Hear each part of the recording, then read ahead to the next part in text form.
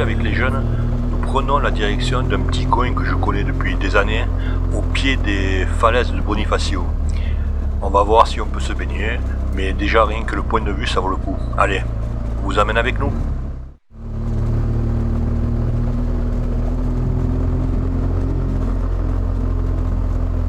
Première connerie de la journée, j'ai oublié de changer la carte SD de la caméra de la moto. Maintenant elle est pleine. Il faut dire que je me sers que d'une 16 Go devant.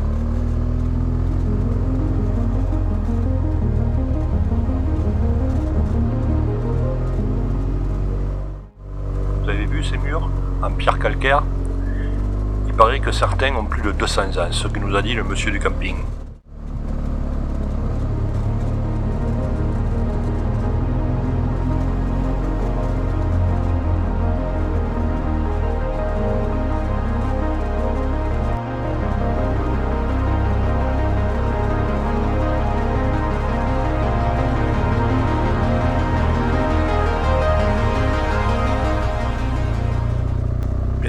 Pour aller au pied des falaises, comme d'habitude, j'ai pris des petits chemins. Voilà. Puis j'espère que je vais retrouver ma route. Avec le GPS, il n'y a pas de problème.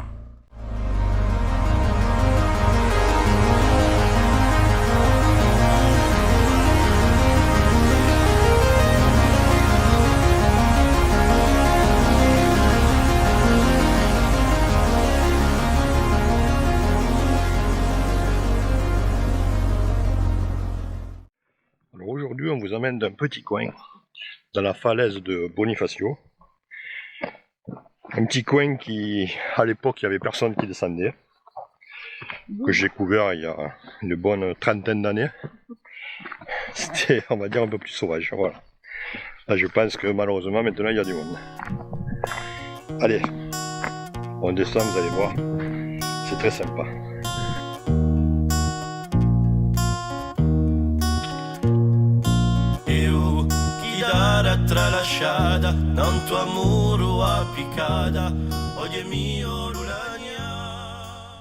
Comme je dis souvent, la Corse, eh bien, elle se mérite. De temps en temps, il ne faut pas avoir peur de poser la moto et d'aller marcher.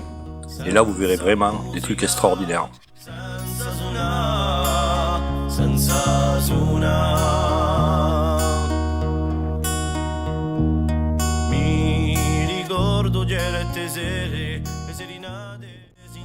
Alors les jeunes, on est fatigués? On n'arrive pas à suivre les vieux? Aïe aïe aïe, quelle jeunesse!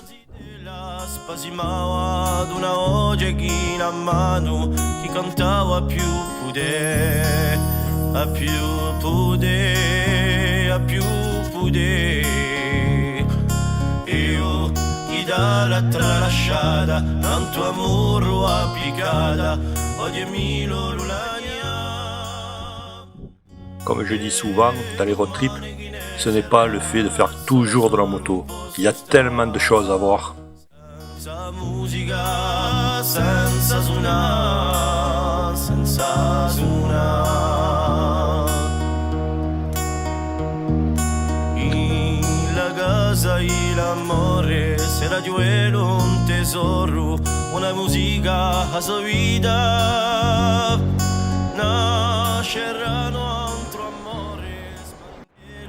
Et nous voici en dessous des falaises de Bonifacio. C'est vraiment un endroit paradisiaque. Vous attendez le bruit de l'eau, ça doit couvrir un petit peu, mais c'est pas grave. Si vous ne connaissez pas, franchement, je vous conseille de venir le visiter. Il y a une descente à peu près de 400 mètres, pas trop dur. C'est à faire.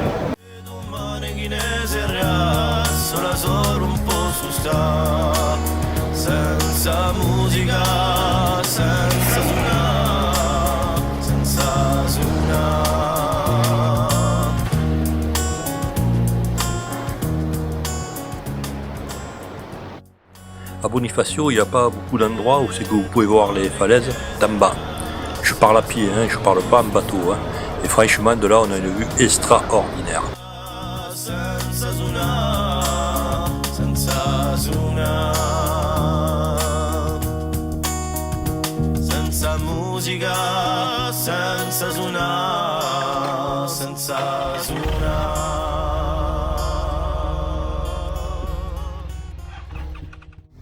Allez, il est presque midi, on prend la direction de la plage Santa Manza, enfin plutôt le golfe Santa Manza. On a un petit restaurant, on amène les jeunes avec nous. Allez, c'est parti!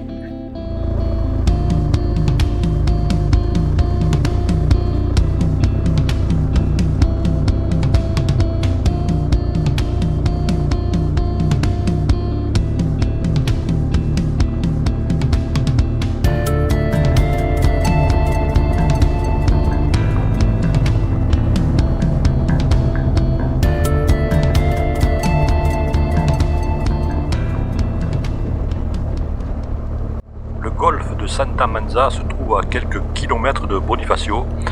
Il n'y a pas trop de monde, enfin pour l'instant. Et vous allez voir, il y a un petit restaurant où on va chaque année. Il est super.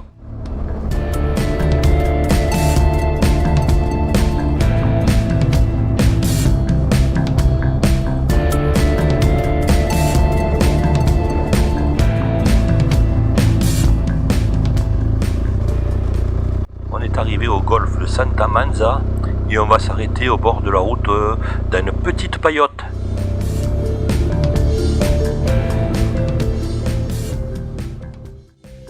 On est arrivé à notre paillote, un dernier repas avec les enfants avant qu'ils regagnent le continent.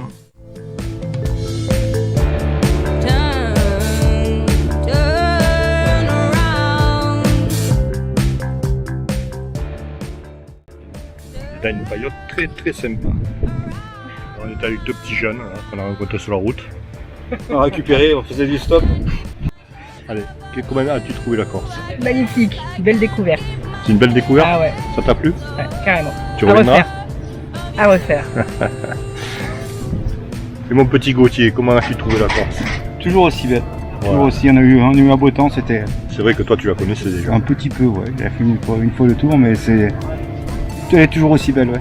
Elle est toujours, ouais, c'est toujours des bons produits, des belles routes, c'est toujours des belles sensations de venir ici. Bon, et ben voilà la réponse de nos petits jeunes.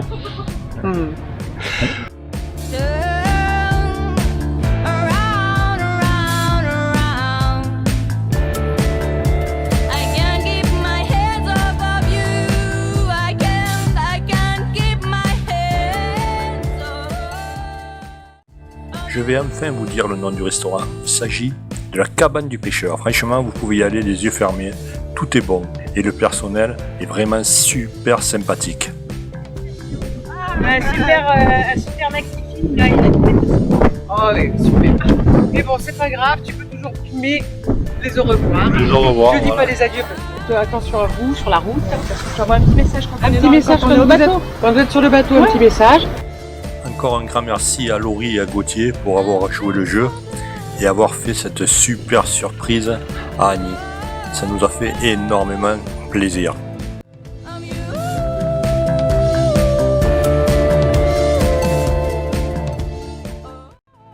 On va vous amener sur la côte sud-ouest de la Corse. Plus exactement, on va aller voir un lion. Eh oui, il y a des lions en Corse. Et on va vous le montrer. Si vous êtes prêts, vous me suivez et on y va.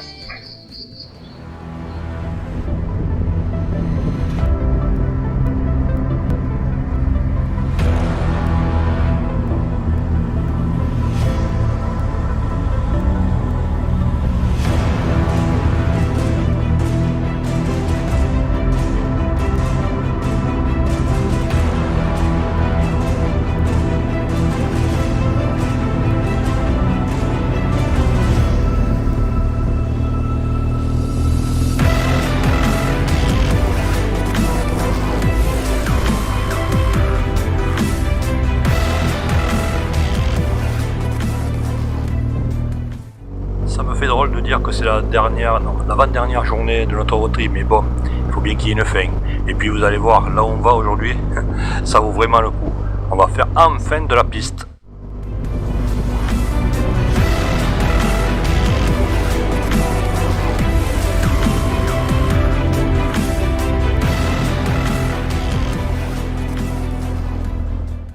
On va s'arrêter sur ce parking, en face de cette petite auberge où c'est qu'ils font des super sandwichs bien corses.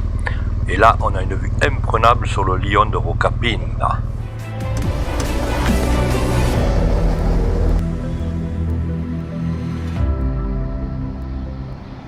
Le lion de Rocapina est tout simplement une tour génoise qui a été érigée sur un piton rocheux qui domine tout le golfe.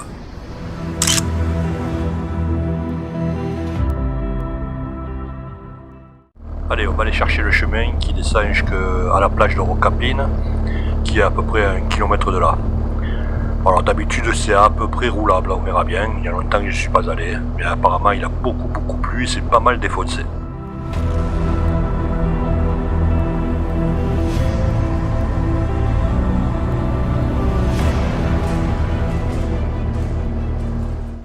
Et c'est parti.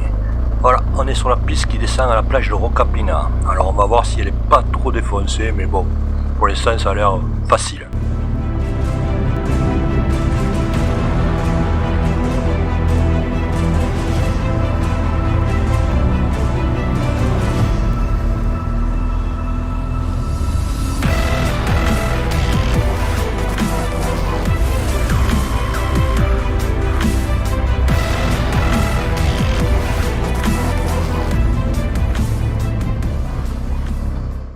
Je ne sais pas ce que donneront les images d'Annie, mais Annie continue de filmer malgré le secousse.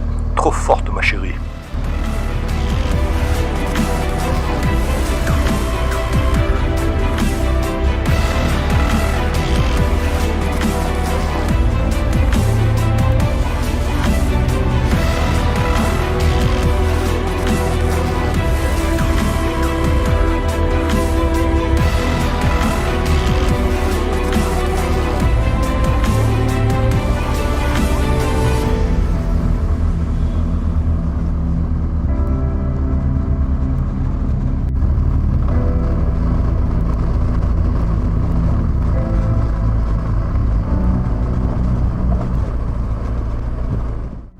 On m'a posé la question pourquoi j'utilisais pas un drone.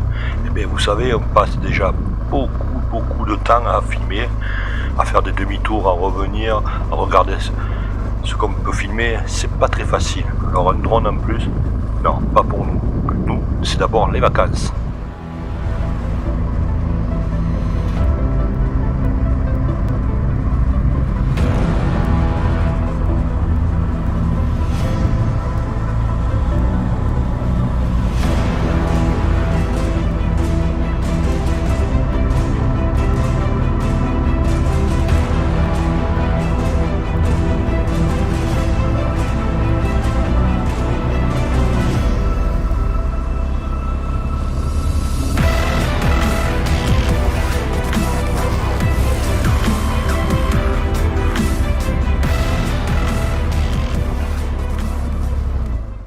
Si vous avez un trail, hein, ça se fait facilement, hein, même à deux. Hein. Comme vous voyez, il n'y a pas de problème. Bon, c'est sûr qu'il ne faut pas le faire le jour aussi qu'il y a de la boue. Hein. Mais là, ça passe.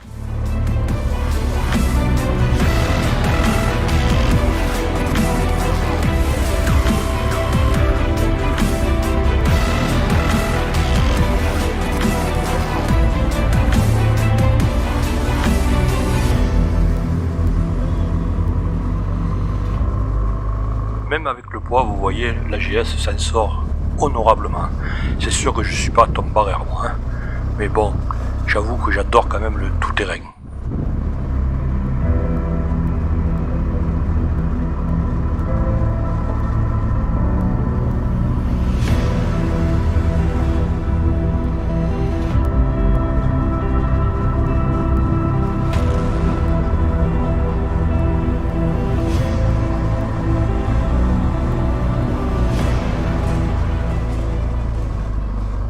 Et voilà, on est arrivé. Regardez le nombre de bagnoles. Ils sont tarés de descendre avec les voitures jusqu'ici.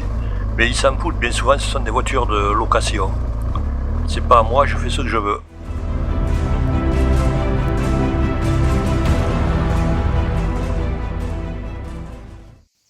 Et voilà, on est arrivé. Maintenant, on va aller crapahuter. On va essayer d'atteindre la tour qu'il y a en haut du lion.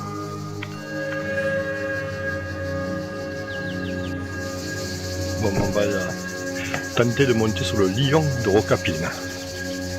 On va voir si on y arrive. Normalement, il n'y a pas de problème. Vous voyez, même ici, il y a des gros connards. Il y a des connards de partout, même ici.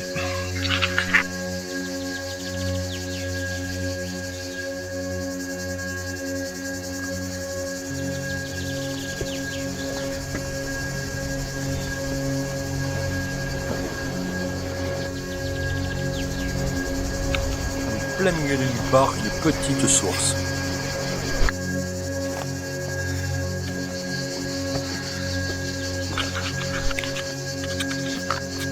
On est presque arrivé au cul du lion. Ouais, ça se mérite, hein. Ça se mérite.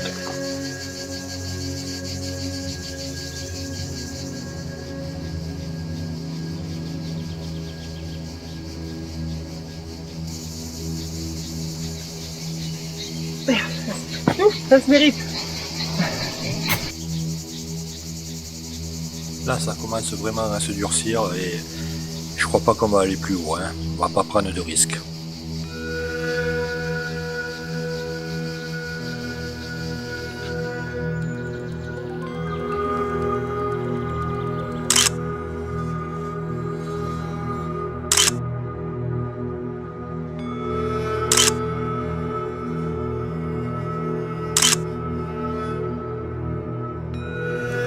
Bon, mais le lion de Rocapilla, il a gagné. On n'est pas arrivé en haut, on n'a pas trouvé le passage. Puis bon, il faut escalader, tout ça. C'est pas le moment de se faire mal. Donc eh bien, on redescend et on va se balader le long de la plage.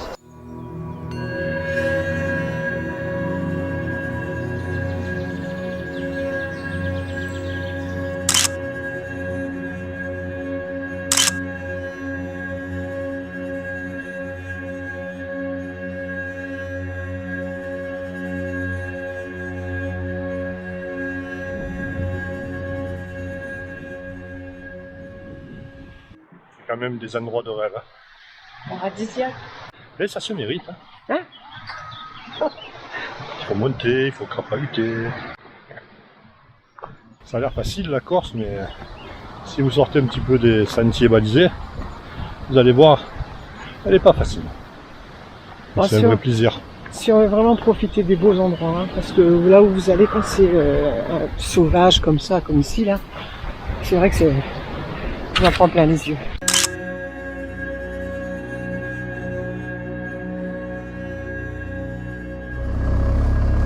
Après cette aventure à la Indiana Jones, direction le camping.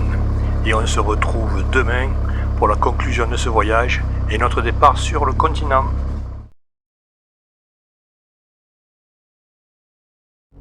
Ce matin, le temps il est un peu comme nous, il est triste.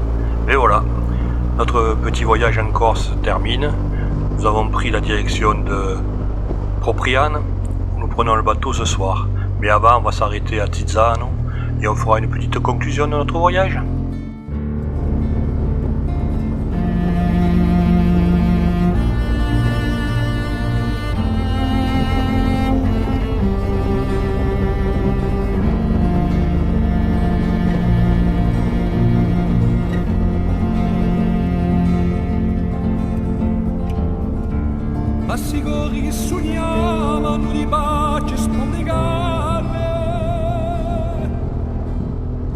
C'est toujours triste de finir un voyage, mais bon, il y a plein de projets dans la tête. Et puis je vais passer mon été à monter les films.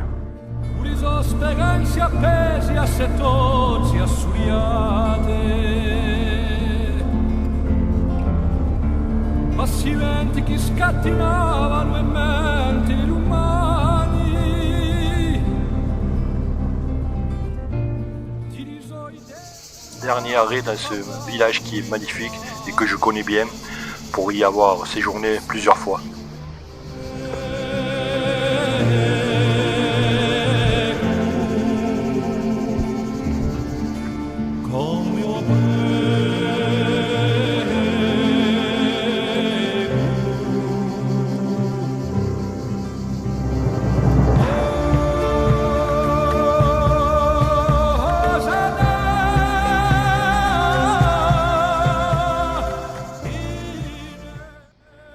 Bon, et bien voilà, notre séjour en Corse se termine. On aura passé exactement 24 jours. C'est pas mal. Là, on a fait le Cap Corse. On a fait la Balagne, la Castaniche, le centre. On a fait des routes magnifiques. On est allé à Sonza, faire les îles Bavella. Puis après, on a fini à Bonifacio pendant quelques jours en famille. Voilà, C'est un super séjour. Alors on va vous dire les points positifs et les points négatifs parce que il y en a aussi. Alors les points positifs, c'est que la Corse est toujours aussi belle. Les gens sont toujours aussi accueillants. Et ça alors, il faut le voir et l'entendre. Vous pouvez discuter dans les cafés avec les gens, tout ça, c'est super. Mais il y a des points négatifs. Déjà la vie est très très chère, je me demande comment ils font pour vivre. Des petits salaires, c'est incroyable. La côte, pour moi, surtout du côté de Calvi, d'Île Rousse, tout ça a été massacré par le béton. Si les anciens qui se sont battus pour la Corse revenaient, ça leur ferait drôle. Il y a beaucoup de béton et d'ici quelques années, je pense que ça va devenir comme les îles espagnoles.